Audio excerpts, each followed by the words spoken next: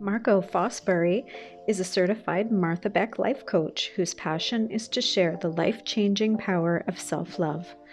By learning to discover and listen to your inner voice and by unleashing the courage to speak up and ask for what you want, Margo teaches the power of self-love and how it can transform your life.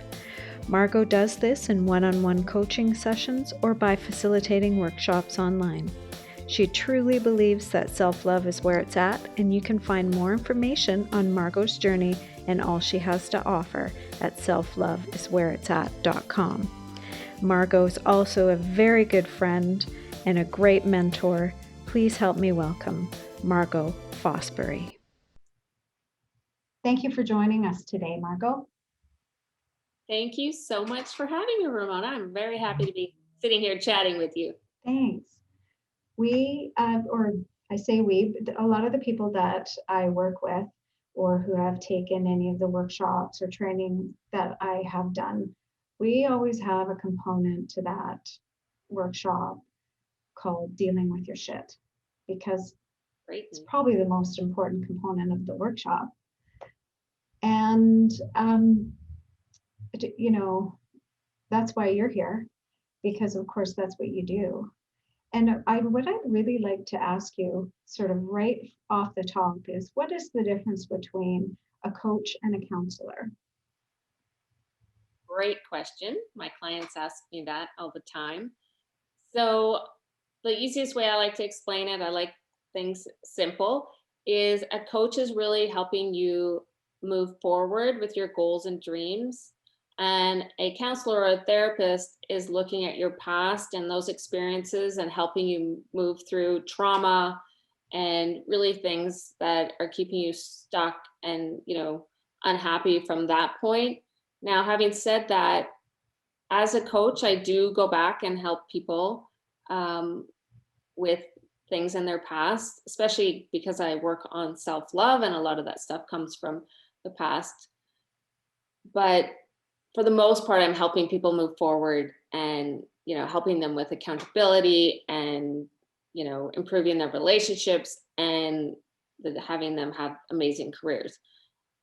I also want to just preface that, coaching is kind of like unregulated in some ways. There's not a body that's overseeing it, and anybody really can be a coach. You don't have to be certified. And with therapists and counselors, they really have to be accountable and have to do that extra work every year to keep themselves and their credentials up. So hopefully that helps you understand between the two. It does. And I think most of the coaches I know, they are sort of lifelong learners anyway. So I can't imagine I don't think I know a coach who doesn't continually learn. I 100% agree with you. All the coaches that I know are so into learning, so into doing their own work, and that only helps and benefits their clients. So take us through your personal journey. I've known you for a while, but your journey started long before I met you. So tell us a little bit about your background. Well, how far back do you want me to go? But I was a quiet, shy kid who really, felt quite lonely and spent a lot of time by myself, even though I have sisters and, a mom and dad, but they divorced when I was 5. And I just flew under the radar. And I grew up, when I was about 12, I noticed that I was getting attention from boys, and I really sort of went with that. That's where I got my external love and felt good about myself. And I carried that on for many, many, many years, getting my love that way and really sort of stuffing down my feelings. In my 30s, I had a lot of anxiety, ended up having panic attacks, had a ride to emergency in the ambulance. And then finally, early 40, I really sort of woke up in some respects. I left my marriage and really decided it was time to finally work on me, finally allow myself to be alone.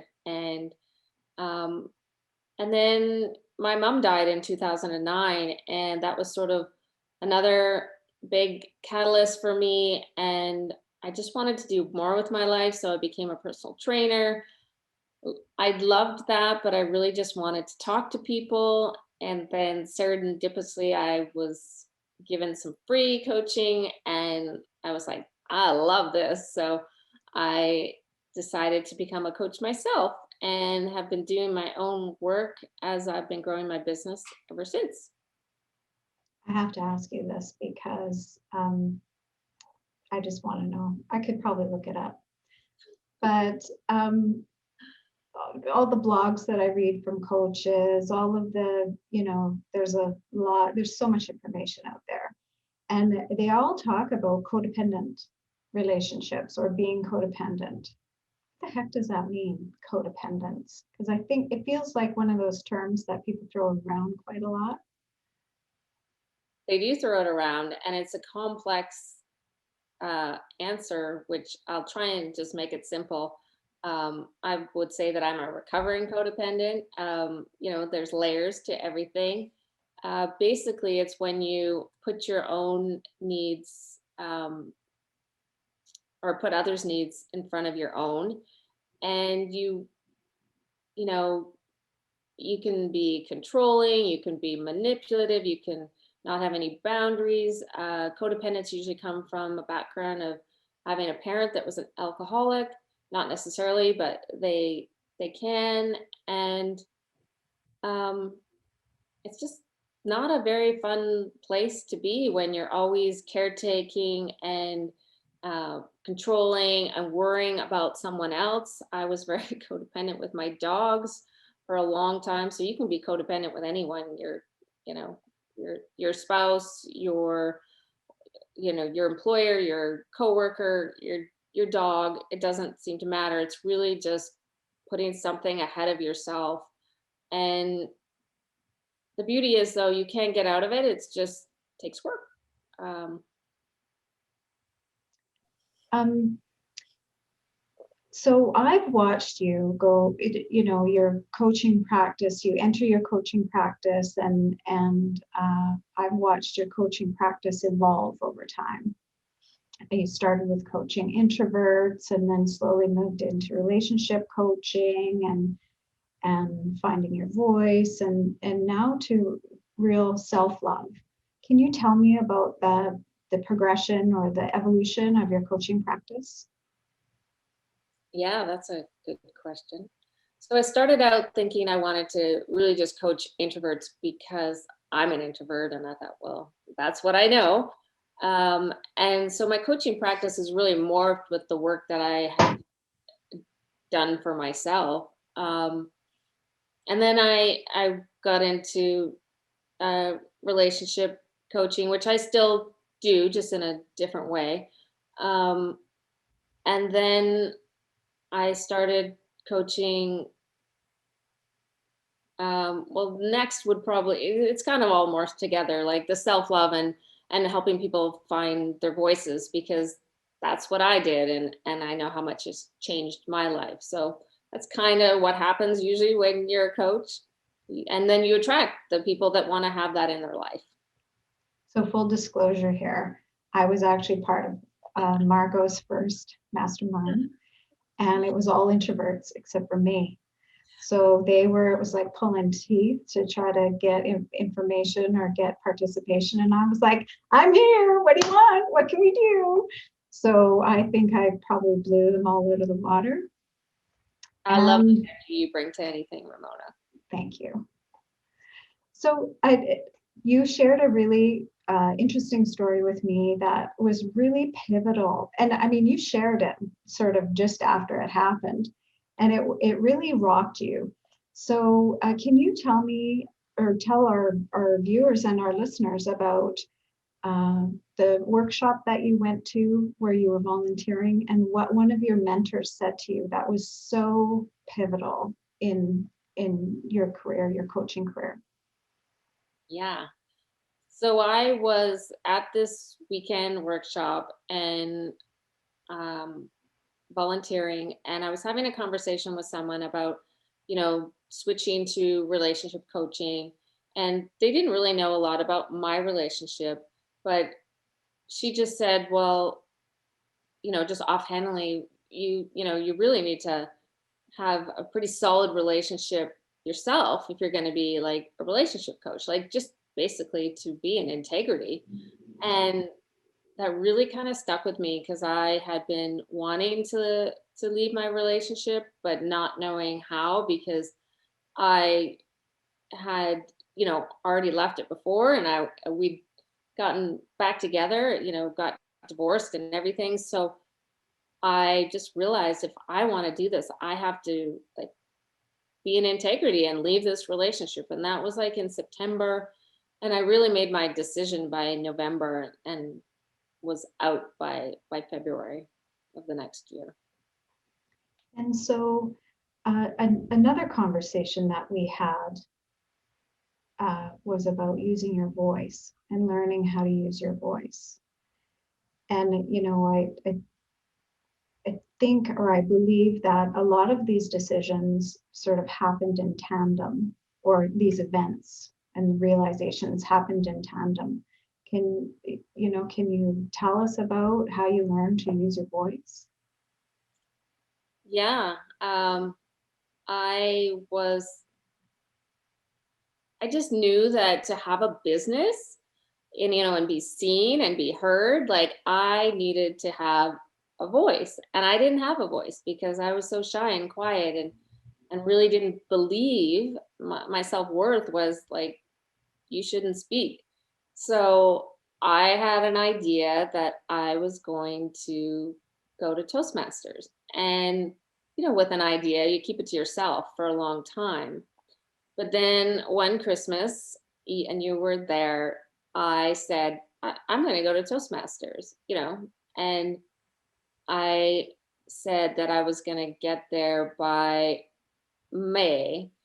And the beauty of it was one of the other people that were there happened to ask me probably in like April, have you gone to Toastmasters yet?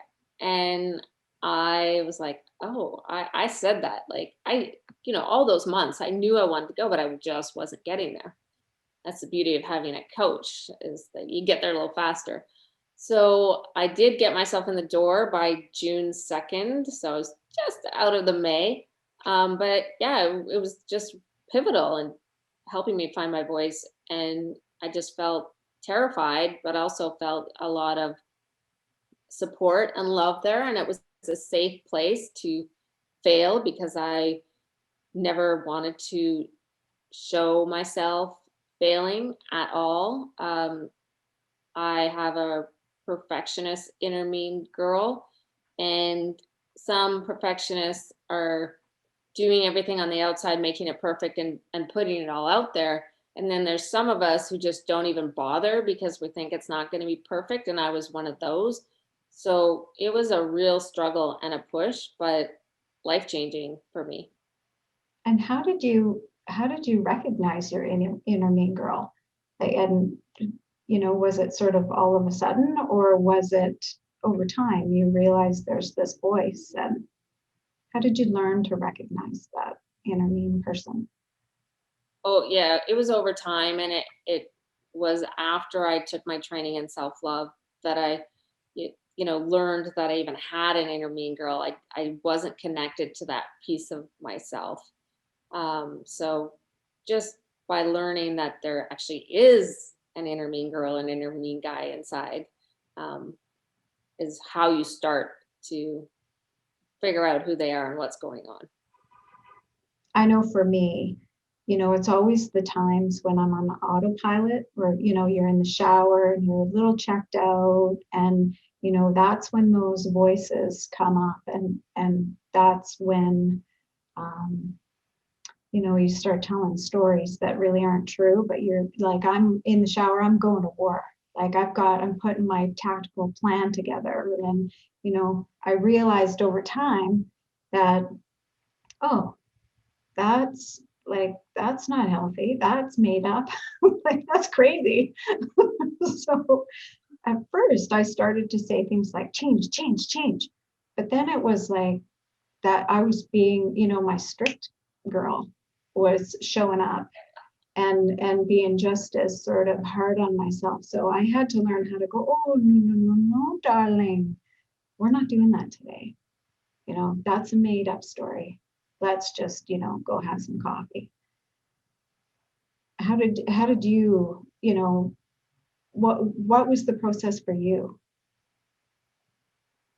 The process for me, that's a perfect way, by the way, to talk to your inner mean girl, was slow, kind of the same way, learning how to connect with my inner wisdom, because who was, when those words are coming out of you, those loving words, that's your truth, that's your inner wisdom. So one I love you at a time, one, just being silent, just starting to listen more and catching it, because that's the biggest thing, is catching. I find too sometimes that it's the mean person that is the motivator for me. So, how did you shift from motivating yourself from shame or criticism or blame or anger to motivating yourself from self compassion and love and empowering yourself? Because once I became aware, I started seeing the results of motivating myself from the shame, the blame, the criticism. I just wasn't getting as far, because you don't. The results aren't the same as motivating yourself from love and compassion. That doesn't mean that, I'm just all soft on myself.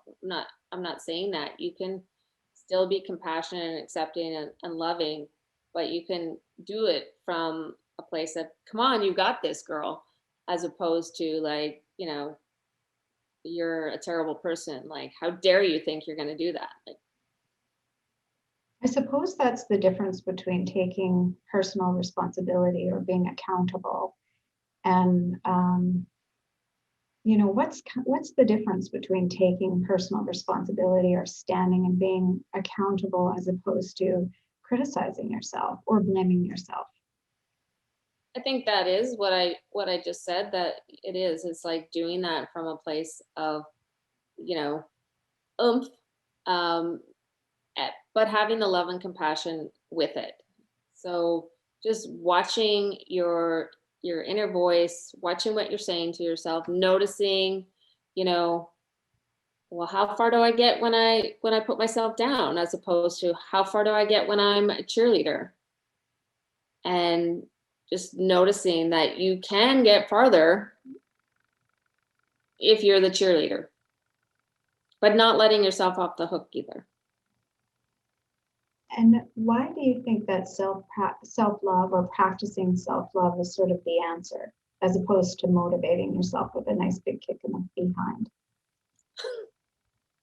Well, because I mean that doesn't feel good. And for my own personal story, of like the anxiety and the depression and the crappy relationships and just generally being unhappy, like it's just it's night and day. The kind of relationship that I have now with my partner, is night and day. So that's the answer, the evidence that your internal world um, shines out on your external world, right? So whatever's going on externally for you is coming from what internally is happening inside of yourself.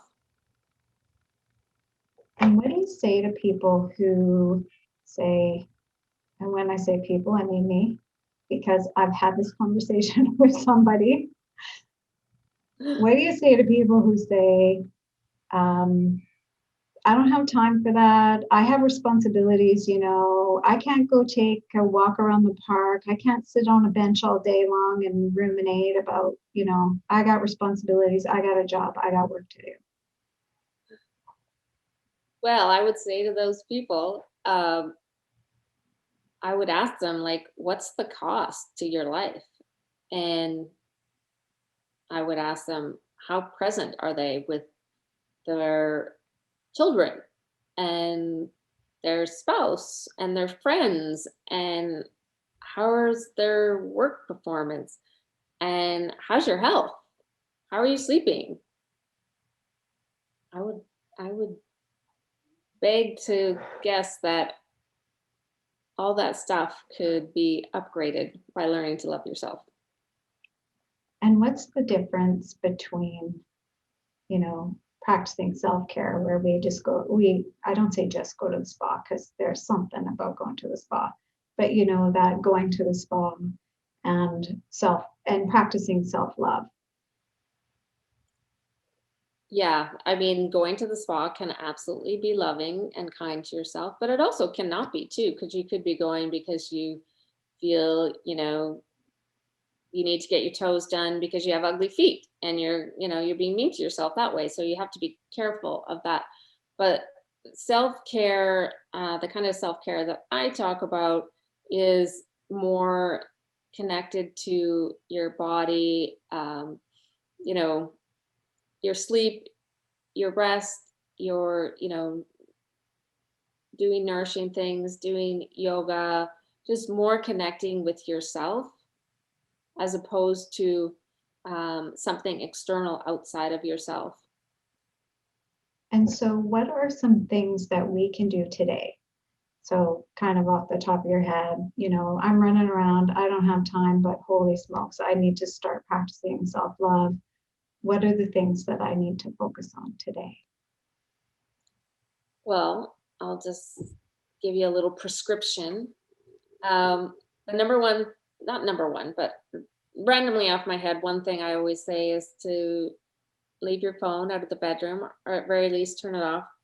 Um, and just take a moment when you go to sleep at night before you shut your eyes, put your hand on your heart and just say, I love you 2 or 3 times. And if you can't say that, because some people can't say that, um, I like you, or think of one part of yourself that you like, something that you can say when you go to sleep, and just start embedding that into your subconscious. And do the same when you wake up. Put your hand on your heart. Ask yourself, what do I need to know today? What do I need to hear?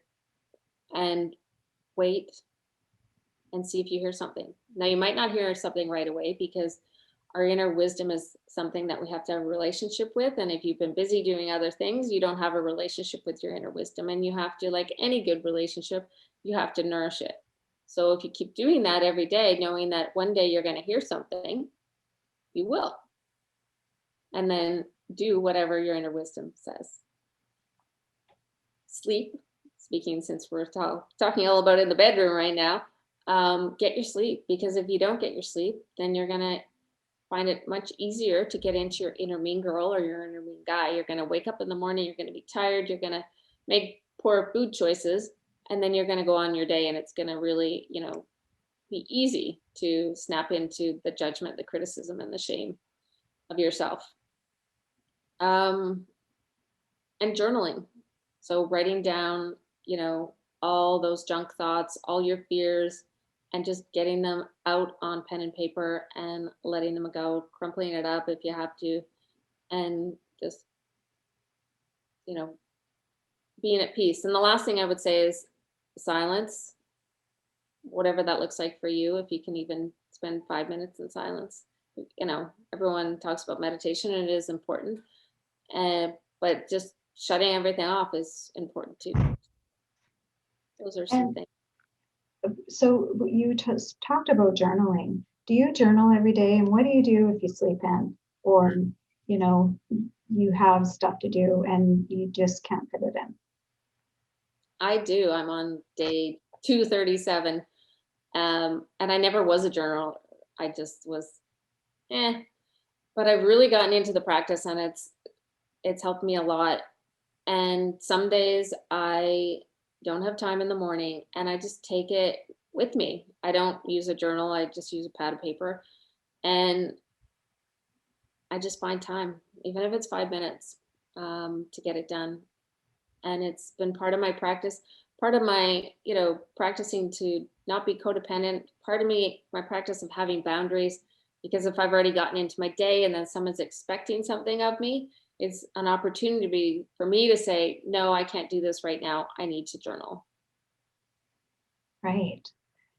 And is there anything that you feel is really important that we should know about practicing self-love that I haven't asked you or that we haven't touched on? I mean, you have a whole practice about it, so I'm sure there's a lot we haven't talked about. But is there something really important to you that we've missed? Yeah. One of the biggest things I've gotten out of learning how to love myself is my compassion for others. It has changed so much. And I just think that's really important for what we need in the world right now. Because when you learn to love yourself, you just, we still have our triggers and stuff, but we just give people more grace. And that just makes the world a better place. And that's what I really wish for everybody. And I know lots of people are going through hard times right now, with what's going on in the world. And I think if we can give each other a little more grace, that's easy. I shouldn't say easy, it's simple. Self love is simple, but it's a practice and a path and a choice to do it. And then you know, you have to be willing to ride it out while you see the benefits. Like nothing's overnight. Um, and that is just absolutely worth it. It's changed my life. Well, Margo, I'd really like to say thank you so much for spending this time with me and with the people who are joining us today. And you've taught me a lot about being compassionate towards myself and other people. And you've taught me a lot about looking at people as human beings instead of on another team. And I really appreciate your time. And can you let us know, like, where can we connect with you? I know you do a lot of workshops online and you go live all the time. So tell us where we can connect with you. Thank you, Ramona. Well, it's been lovely being here with you. I love being in your presence. I can be found on Instagram at Self Love is Where It's At. That's the name of my website as well. And I am on Facebook under my name, Margo Fosbery. And I also have a meetup called Self Love is Where It's At, where I post a lot of my workshops. And yeah, that's pretty much where I can be found. Please reach out if you have any questions. I love talking to people about self love or whatever else comes up. Thanks very much, Margo. Thank you, Ramona.